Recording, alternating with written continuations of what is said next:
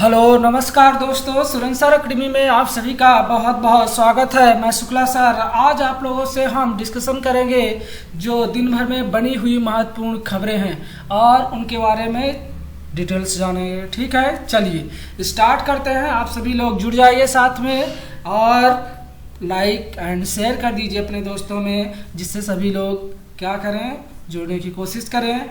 और क्या है, हम लोग देखते हैं कि आज पहली खबर कौन सी बनी हुई है। चलिए, पहला क्वेश्चन है आप लोगों का, निम्नलिखित में से किसे टाटा एआईए लाइफ लिमिटेड द्वारा अपना प्रबंध निदेशक एमडी और मुख्य कार्यकारी अधिकारी सीईओ नियुक्त किया गया है। चलिए आप लोग देखिए, इसका ऑप्शन नंबर ए क्या दिया गया है, नवीन तहलानी। दूसरा ऑप्शन क्या दिया गया है, बी नंबर विभा पाडलकर। तीसरा ऑप्शन भार्गव दास गुप्ता और चौथा ऑप्शन रितेश कुमार। चलिए आप लोग देखिए इसका आंसर क्या होगा।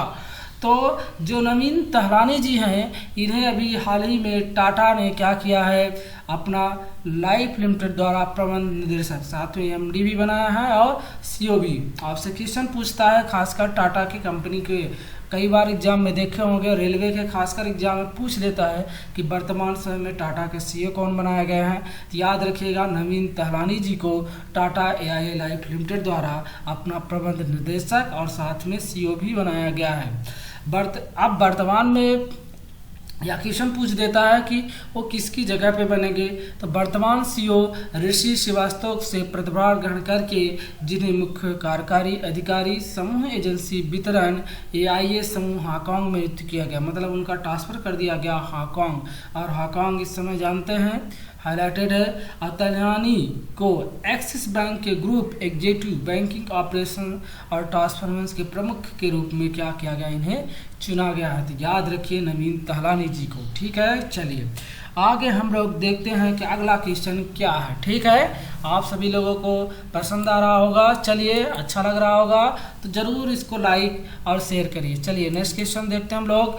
मणिपुर जल पूर्ति परियोजना की आधारशिला 23 जुलाई 2020 को किसने रखी? मणिपुर के राज्यपाल ने, प्रधानमंत्री ने, मणिपुर के मुख्यमंत्री ने कि केंद्रीय जल शक्ति मंत्री ने? तो किसने रखी जला पूर्ति परियोजना? कहाँ? मणिपुर। मणिपुर आपको पता है ना किधर है, सेवन सिस्टर का पार्ट किधर आता है, ये उत्तर पूर्वी राज्यों की तरफ आता है। कौन? मणिपुर। ठीक है, पूर्वी राज्य है हमारे मणिपुर। ठीक है, चलिए तो इसका आंसर क्या हो जाएगा, प्रधानमंत्री ने। क्या? प्रधानमंत्री ने वीडियो कॉन्फ्रेंसिंग के थ्रू क्या किया था, जलापूर्ति परियोजना का लॉन्च किया गया। आपको क्योंकि कोविड-19 चल रहा है, इसलिए ज़्यादातर जो भी परियोजना है उसका उद्घाटन वीडियो के थ्रू ही किया जा रहा है। ठीक है, चलिए याद रखिएगा मुख्यमंत्री यहाँ के मणिपुर के कौन है, राजधानी मणिपुर की क्या है, इम्फाल। और यहाँ के मुख्यमंत्री एन बीरेन सिंह। चलिए मणिपुर की राज्यपाल नजमा हेपतुल्ला। ठीक है, चलिए आगे देख हम लोग मणिपुर में कौन सा नेशनल पार्क पाया जाता है। आप सबको पता होना चाहिए कि मणिपुर में एक झील है। कौन सी झील है?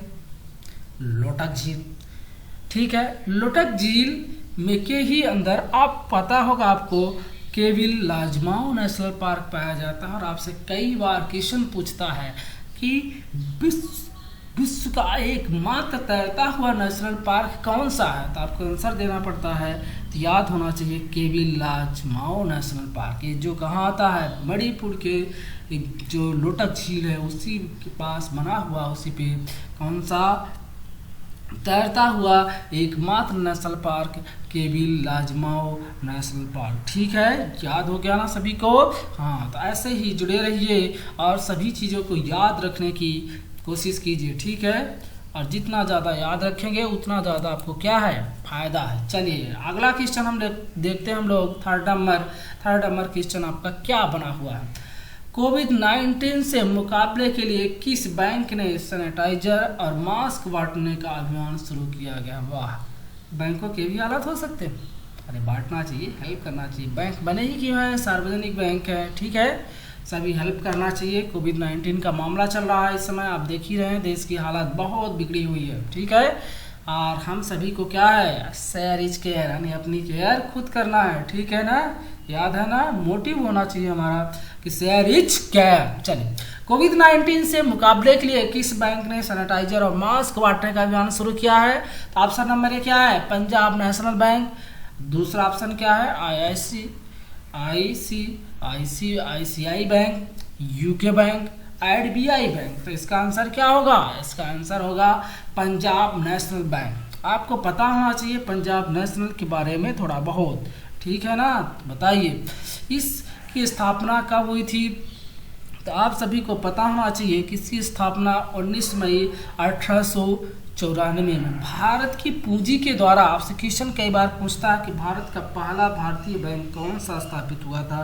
तो पीएनबी यानी पंजाब नेशनल बैंक ही है जो सबसे पहला भारत का बैंक बना हुआ था। ठीक है, इसका मुख्यालय कहाँ है? नई दिल्ली, भारत में। इस समय इसके जो एमडी और सीईओ है कौन है? केसी चक्रवर्ती। कौन है प्रमुख व्यक्ति इस समय? कौन है एमडी? कौन है? केसी चक्रवर्ती। ठीक है, और आपको इसके बारे में पता होना चाहिए भारत का ये सबसे बड़ा दूसरा वाणिज्यिक बैंक है। मतलब कमर्शियल बैंक में देखा जाए तो पंजाब नेशनल जो बैंक है भारत का दूसरा सबसे बड़ा पता ना इस समय कौन है? एसबीआई, वो सबसे बड़ा फर्स्ट नंबर पे। सेकंड नंबर पे आपका पंजाब नेशनल, थर्ड नंबर पे कल आपको पढ़ाया था कौन? Bank of Baroda. बहुत अच्छे, बहुत अच्छे। ठीक है, ऐसे ही आप लोग याद करते रहिए। ठीक है, चलिए आगे और कुछ हम लोग जान लेते हैं इसके बारे में कि ये दूसरा सबसे बड़ा बैंक है। ठीक है, और आप सबको पता होना चाहिए क्या कि इसमें कौन कौन से बैंक शामिल हुए हैं? तो पंजाब नेशनल बैंक में ओरिएंटल बैंक ऑफ कॉमर्स और यूनाइटेड बैंक को क्या किया गया है? शामिल किया गया। इसकी टैगलाइन क्या है? इसकी टैगलाइन है together for the better, together for the better. ठीक है, याद रखिए। और आपसे क्वेश्चन पूछता है, ये जरूर याद रखिए कि इसकी स्थापना कहाँ हुई थी? तो लाहौर में। ठीक है, और भारत की पूंजी के द्वारा बनाया गया ये पहला बैंक है। ठीक है, याद रखिए। चलिए आगे हम लोग चलते हैं फोर्थ नंबर क्वेश्चन पे। चौथे नंबर क्वेश्चन पर क्या बना? बेहद इंपॉर्टेंट क्वेश्चन। वित्तीय स्थिरता रिपोर्ट के अनुसार सभी अनुसूचित वाणिज्यिक बैंक का जो जीएनपी है, ग्रॉस नेशनल परफॉर्मिंग असेट अनुपात, आधारभूत परिस्थितियों के तहत मार्च 2020 में 8.5 से बढ़कर मार्च 2021 तक कितने प्रतिशत हो सकता है? ऑप्शन देख लीजिए आप लोग। ऑप्शन नंबर ए दिया है 9.5%। ठीक है, और option number B 10%, option number C 10.5%, option number D 12.5%। ठीक है, चलिए आप लोग देखिए। अब आपको वित्तीय स्थिरता पता होना चाहिए कि क्या होती है, कौन जारी करता है। तो इसे याद रखिए। आपसे क्वेश्चन ऐसे भी पूछ सकता है कि फाइनेंशियल स्टेबिलिटी रिपोर्ट कौन जारी करता है? तो याद रखिए कौन जारी करता है? आरबीआई, भारतीय रिजर्व बैंक। ठीक है, और इसके बारे में पता होना चाहिए कि साल में 2 बार ही ये जारी होती है। कब कब? जून 6 मंथ में होती है, June month and July month, June month में और साथ जून जुलाई में और साथ में दिसंबर में। कब? दिसंबर में। तो ये आपको पता होना चाहिए। आपसे क्वेश्चन पूछ देता है वित्तीय स्थिरता रिपोर्ट कितने बार साल भर में जारी की जाती है? तो 2 बार। ठीक है ना, तो याद रखिएगा। अभी जो वित्तीय स्थिरता रिपोर्ट जारी की है, कौन नंबर संस्करण है आपका? 21वां, और किसके द्वारा जारी किया गया है? आरबीआई के द्वारा जारी किया गया है। यह वित्तीय स्थिरता क्या बता रही है कि यह वित्तीय स्थिरता को उपसमिति और वित्तीय स्थिरता के जो जोखिम संबंधित विकास परिषद, financial stability and development council के सामूहिक मूल्यांकन को दर्शाता है। इस रिपोर्ट में वित्तीय क्षेत्र के विकास और विनियमन से संबंधित सामाजिक मुद्दों के संदर्भ में वित्तीय प्रणाली के ढीलापन पर भी विचार विमर्श करता है। वित्तीय स्थिरता रिपोर्ट की प्रमुख बातें। ठीक है, कोविड-19 के जवाब में एक अभूतपूर्व पैमाने पर राजकोषीय मौद्रिक नियामक हस्तक्षेपों के संयोजन ने वित्तीय बाजारों के सामान्य कामकाज को सुनिश्चित किया है। मतलब जो ये कोविड-19 है, इसकी वजह से आप देखे होंगे कि बहुत सारे काम रुक गए हैं, जिसकी वजह से क्या है कि वित्तीय क्षेत्र हमारा भू राजनीतिक तनाव, महामारी आज क्या है, इसकी वजह से जीएनपी मतलब ग्रास नेशनल परफॉर्मिंग एसेट जो है, जो हमारी कैपिटल होती है ना, वो काम करना, मतलब कहते हैं ना कि जीएनपी बढ़ गया, एनपीए बढ़ गया, नॉन परफॉर्मिंग एसेट मतलब जो लोन होती है ना, वो उतना ज़्यादा रिटर्न नहीं आ रहा है। मतलब ये क्या है कि सबकी यही फाइनेंशियल ईयर में जो आपका 6 मंथ में रिपोर्ट आती है, तो उसमें पता चलता है कि कौन कितना पैसे को क्या कर रहा है, रिटर्न कर रहा है। तो अभी क्या है, कोविड-19 आ गया, जिसकी वजह से क्या है कि बहुत सारे लोग, कंपनियां बड़ी बड़ी भी पैसे नहीं दे पा रहे हैं। आप सभी लोग देख ही रहे हैं, विश्व की हालत क्या है, बहुत ज़्यादा खराब है। ठीक है ना। तो याद रखिए 12.5 बढ़ के हो गया है। ये बेहद इंपॉर्टेंट क्वेश्चन आपसे बनेगा। और आपको आरबीआई में पता होना चाहिए, आरबीआई के बारे में, कि रिजर्व बैंक ऑफ इंडिया कब स्थापित हुई थी, 1 अप्रैल 1935 को। इस कौन से एक्ट के तहत, 1934 के एक्ट के तहत। इसका राष्ट्रीयकरण कब किया गया था, तो 1949 में। ठीक है, आपको पता होना चाहिए। इस समय गवर्नर कौन है, तो शक्तिदास जी हैं इसके क्या इस समय आरबीआई के गवर्नर। आरबीआई के बारे में आपको पता होना चाहिए कि इसका हेडक्वार्टर कहाँ है, तो इसका हेडक्वार्टर कहाँ है, मुंबई में। 1934 एक्ट के तहत आरबीआई की क्या की गई थी, स्थापना की गई थी। ठीक है, इसका राष्ट्रीयकरण याद रखिएगा, ये क्वेश्चन पूछा जाता है कई बार घुमा के। ठीक है, और 1 अप्रैल 1935 में इसकी क्या हुई थी, स्थापना हुई थी। ठीक है, चलिए आगे देखते हैं हम लोग क्या है। ठीक है, शेयर जरूर करते रहिए, शेयर इज केयर। अगले क्वेश्चन पे हम लोग आते हैं। निम्नलिखित में से कौन विज्ञान आधारित लक्ष्य पहल एसबीटीआई पर हस्ताक्षर करने वाला पहला भारतीय बंदरगाह बनेगा। ठीक है, BRL logistic limited, container corporation of India limited, Adani ports and special economic zone limited, transport corporation of India limited. तो कौन होगा, आप लोगों देख रहे होंगे तो समझ गए होंगे, Adani ports and logistic. Adani ports and special economic zone क्या कर रहा है कि विज्ञान आधारित, मतलब ये क्या होता है कि जो साइंटिफिक वे पे होता है, उस आधार पे, उस लक्ष्य पे, मतलब जो हमारी ग्लोबल वार्मिंग बढ़ रही है, तो हम जब जो बंदरगाह हैं, उन बंदरगाहों को ऐसा डेवलपमेंट करेंगे कि उससे क्या है कि जो क्या है कि समुद्रों के आसपास जो बंदरगाह बनाए जाए, तो वहाँ पे जब सामान क्या है, जैसे किसी देश से आता है और वहाँ पे उतरता है, तो उसके आसपास क्षेत्रों में जो वहाँ के जीव जंतु हैं उनको हानि नहीं होना चाहिए। जिससे हम कहते हैं कि ग्लोबल वार्मिंग का बहुत ज़्यादा क्या रखा जाएगा, ध्यान रखा जाएगा, साइंटिफिक वे पे रहेगा। Adani ports and special economic zone limited विज्ञान आधारित लक्ष्य पहल एसबीआईटी पर हस्ताक्षर करने वाला पहला भारतीय बंदरगाह बन गया है। एसबीआईटी के हस्ताक्षर करने के बाद एपीएसजी ने अपनी संपूर्ण मूल्य श्रृंखला में विज्ञान आधारित उत्सर्जन में कमी करने के लक्ष्य के प्रति क्या हो जाएगा, प्रतिबद्ध हो जाएगा।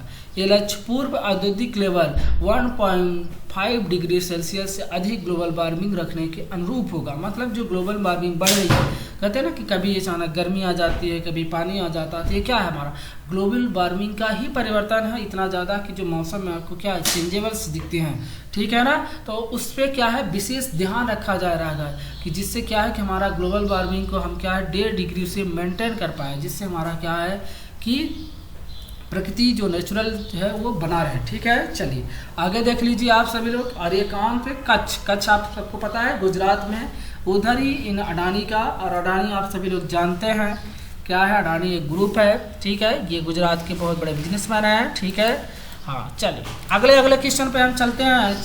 6 नंबर क्वेश्चन आपका क्या बना हुआ है, चलिए देखते हैं। निम्नलिखित में से किसे सरकार द्वारा विदेश मंत्रालय में अगले सचिव के रूप में नियुक्त किया गया है, और वो किसका स्थान लेंगे, विजय ठाकुर सिंह का जगह लेगी। चलिए आप लोग आंसर बताइए। पहला ऑप्शन क्या है, नीना तासरिंगला। दूसरा ऑप्शन क्या है, रेणुपाल। तीसरा ऑप्शन क्या है, गायत्री ईश्वर कुमार। और चौथा ऑप्शन क्या है, रेवा गांगुली दास। तो इसका आंसर क्या होगा, आप लोग ट्राई कीजिए। ठीक है।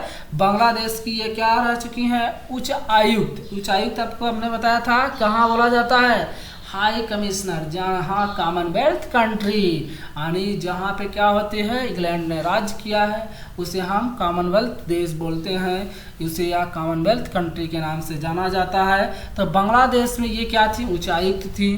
क्या नाम है इनका, रीवा गांगुली दास। इन्हें ही क्या बनाया जा रहा है, भारतीय विदेश मंत्रालय के इस समय विदेश मंत्री कौन है, आपको पता होना चाहिए। पहले ये विदेश मंत्री क्या थे, सचिव थे एस जयशंकर। क्या नाम है, एस जयशंकर जी। इस समय आपके क्या हैं, वर्तमान समय में विदेश मंत्री हैं। तो उनके सचिव के रूप में किसे नियुक्त किया जा रहा है, रीवा गांगुली दास। ठीक है, और वो किसकी स्थान लेंगे, विजय ठाकुर की, 30 सितंबर से। ठीक है, 30 सितंबर तक में एक बार आप फिर से रिवीजन हो जाएगा और आपके लिए क्या है, ऐसे क्वेश्चन बनते हैं। अब आपको बांग्लादेश के बारे में पता होना चाहिए कि बांग्लादेश की राजधानी क्या है, ढाका। करेंसी मुद्रा क्या चलती है, ढाका टका, लगा लो टक्का। ठीक है, चलो। और बांग्लादेश की प्रधानमंत्री कौन है, शेख हसीना, हंसते हंसते। ठीक है, चलिए आगे देखते हैं हम।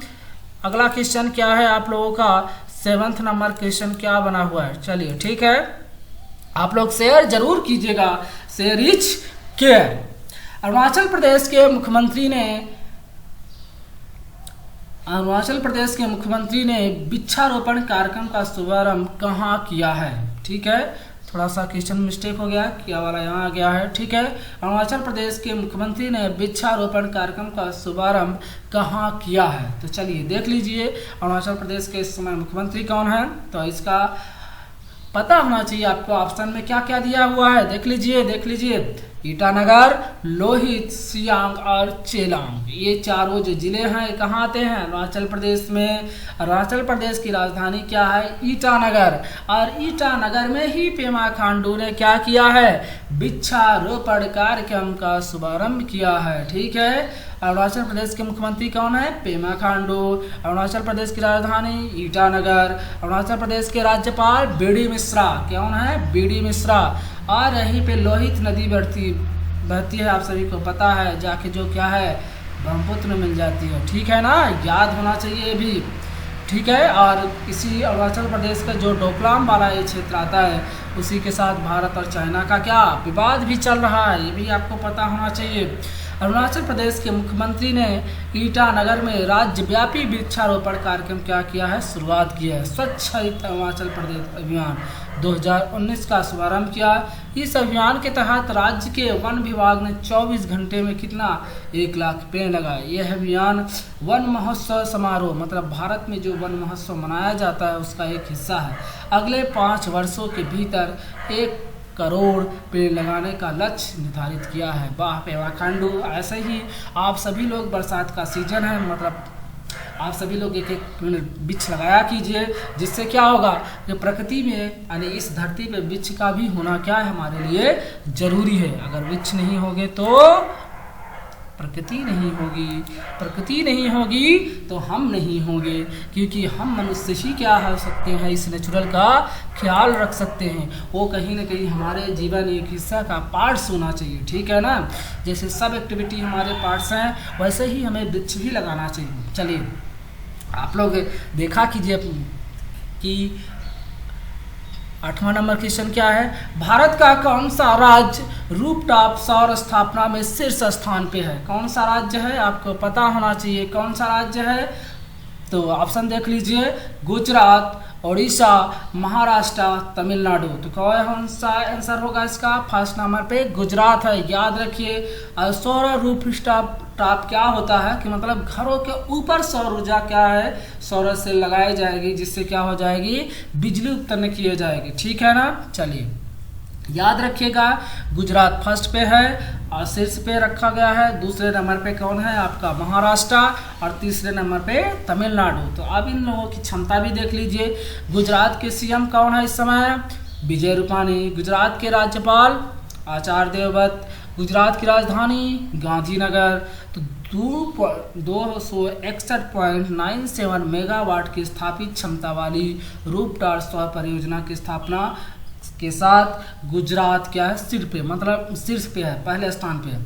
याद रखिए 261.97 किस राज्य का है, तो गुजरात का। ठीक है, भारत में कुल रूफटॉप सौर स्थापना वर्तमान में कितने मेगावाट है? आपसे ये क्वेश्चन पूछा जा सकता है वर्तमान। जब थोड़ा सा अगर हमें क्वेश्चन टफ बनाना होगा तो हम पूछ सकते हैं कि भारत में वर्तमान समय में सौर रूफटॉप टोटल कितने मेगावाट तक उत्पादित की जाती है। तो आपको आंसर बताना है 1700.54 मेगावाट तक भारत में क्या की जाती है, रूफटॉप सौर की क्षमता हो चुकी है। तो उसमें क्या है, गुजरात पहले नंबर पे है। महाराष्ट्र में कितना की जाती है? महाराष्ट्र के पुलिस के एग्जाम में बेहद इंपॉर्टेंट है, याद रखिए 198.52 मेगावाट महाराष्ट्र में। उसके बाद 151.62 मेगावाट की क्षमता किसकी है, तमिलनाडु। तो आपको गुजरात के बारे में पता होना चाहिए कि शीर्ष पे है। कल मैंने सौर ऊर्जा के बारे में आपको पढ़ाया था, इंटरनेशनल सोलर अलायंस, जिसका हेडक्वार्टर कहाँ है, जल्दी बताइए सभी लोग, इसका हेडक्वार्टर कहाँ है?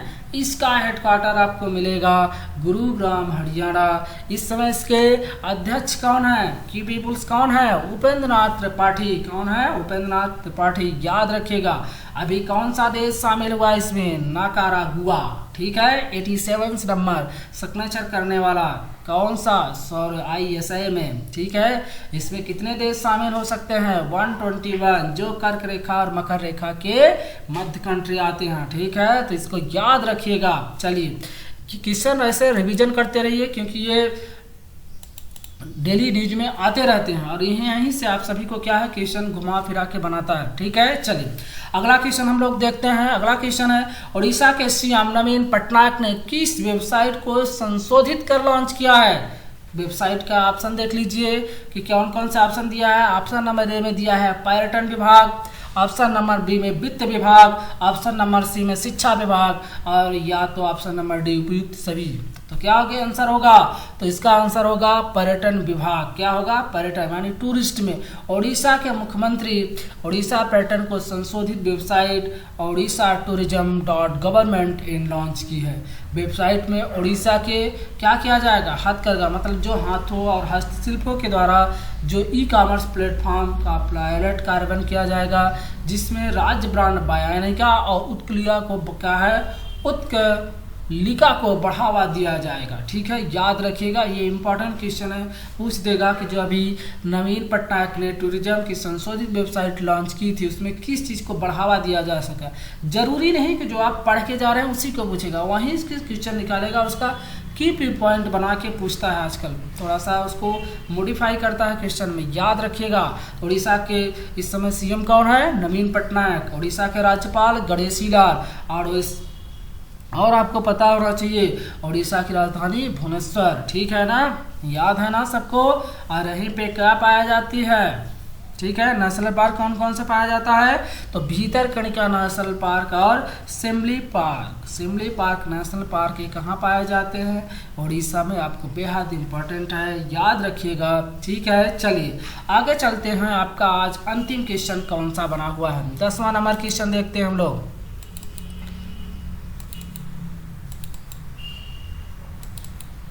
चलिए 10वां नंबर क्वेश्चन आपके स्क्रीन पे है। कारगिल दिग्गज lieutenant colonel doctor Sameer Rawat को किस अंतर्राष्ट्रीय कार्यक्रम में आमंत्रित किया गया है? तो चलिए देख लीजिए, ऑप्शन नंबर 1 क्या दिया गया है, इंटरनेशनल कांग्रेस ऑफ साइकोलॉजी, भारतीय राज्य प्रशासन सेवा, भारतीय प्रतिस्पर्धा आयोग, या सभी में। तो याद रखिएगा किस में शामिल किया गया है, ICP में, इंटरनेशनल कांग्रेस ऑफ साइकोलॉजी। ठीक है, कारगिल दिग्गज lieutenant colonel doctor Sameer Rawat को प्रयाग कहाँ आता है, ये अफ्रीका महाद्वीप में एक देश है, वहीं आयोजित होने वाली है क्या, 32 नंबर का इंटरनेशनल कांग्रेस ऑफ साइकोलॉजी। वहीं पे इन्हें क्या है, मुख्य वक्ता के रूप में आमंत्रित किया गया है, जो मनोवैज्ञानिक की दुनिया में सबसे प्रतिष्ठित सबसे बड़े अंतर्राष्ट्रीय कार्यक्रम है। इसे ICP द्वारा 8000 वक्ता मतलब करीब 8000 लोग आएंगे बोलने वाले। वक्ता का मतलब समझते हैं ना, वक्ता चाहे सोता चाहे दुल भरा है, याद है ना, ये श्लोक बना हुआ है। चलिए तो याद होना चाहिए आप सबको, ICP क्या है, कि इंटरनेशनल कांग्रेस ऑफ साइकोलॉजी है। ठीक है, याद होना चाहिए। ये हर साल 4 साल का इसमें क्या होता है, डिफरेंस होता है। हर साल 4 साल में क्या है, आयोजित की जाती है। और ये कौन है, डॉक्टर समीर रावत। आपसे पूछ सकता है कि जो दिग्गज कर्नल थे डॉक्टर समीर रावत किस अंतर्राष्ट्रीय कार्यक्रम में शामिल हुए थे। याद रखिए, इंटरनेशनल कांग्रेस ऑफ साइकोलॉजी। चलिए, आप सभी लोगों का बहुत बहुत धन्यवाद। आप सभी लोग जितने भी हमारे साथ जुड़े हैं, चैनल को जरूर सब्सक्राइब कीजिए, लाइक कीजिए और शेयर कीजिए, ठीक है। ऐसे आप सभी लोग डेली जुड़िए और पढ़ाई स्टार्ट कर दीजिए, क्योंकि धीरे धीरे गवर्नमेंट में एग्ज़ाम लेने की तिथि क्या है, निर्धारित कर रही है। खैर, कोविड-19 की वजह से बहुत सारे एग्ज़ाम क्या होते जा रहे हैं, उनकी डेट बढ़ती चली जा रही है, डिले होते चले जा रहे हैं। हम समझ सकते हैं आप लोगों को बहुत सारा तकलीफ हो सकती है, लेकिन थोड़ा सा धैर्य बनाए रखिए। क्या करेंगे, पेशेंस